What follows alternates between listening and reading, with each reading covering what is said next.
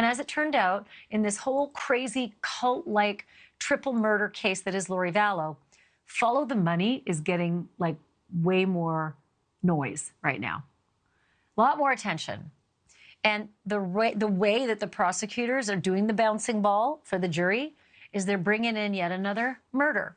Charles Vallow, Lori's fourth husband. There are so many to count. Because they said that murder, when it was originally deemed to be self-defense, and then we all realized not so much, and it's now been charged as a murder. Lori's going to have to face that one. It turned out there was lots of money that would come from his death. Benefits for the kids. He had life insurance. Too bad Lori didn't realize she wasn't the beneficiary till too late. But a lot of testimony came about that. And one of the cops that responded to his shooting, when Alex Cox, Lori's brother's sitting there basically with the smoking gun saying, well, it was self-defense, that cop testified today, sure seemed weird when Alex's brother said, tried to save him, you know, gave him CPR, tried my best. Well, maybe not, because that first responder had this to say in court. And when you say that you pulled up a shirt or removed the shirt to perform CPR, did you in fact perform CPR on Mr. Vallow? Yes, I did. Did you make any observations as you were performing CPR?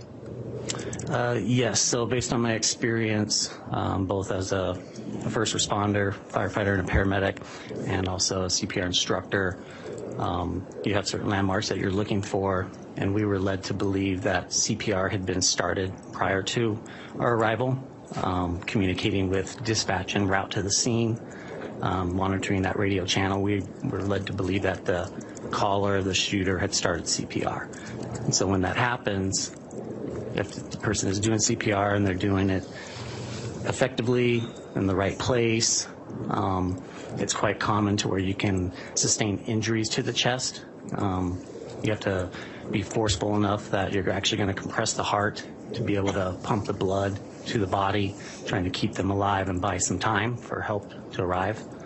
And so typically when that happens, an impression would be left in the area of their sternum, the lower part of their chest, where the hands would have been doing the compressions. And then I didn't see that initially. I started my compressions and I felt what I would describe as like a crunch or a crack. Again, when you're doing it forcefully enough to be effective, you can have injuries occur to the sternum or a broken rib. They could displace from the sternum where they're connected on that chest wall. And so you can feel that occur typically in that first compression or first couple compressions. And I did feel that.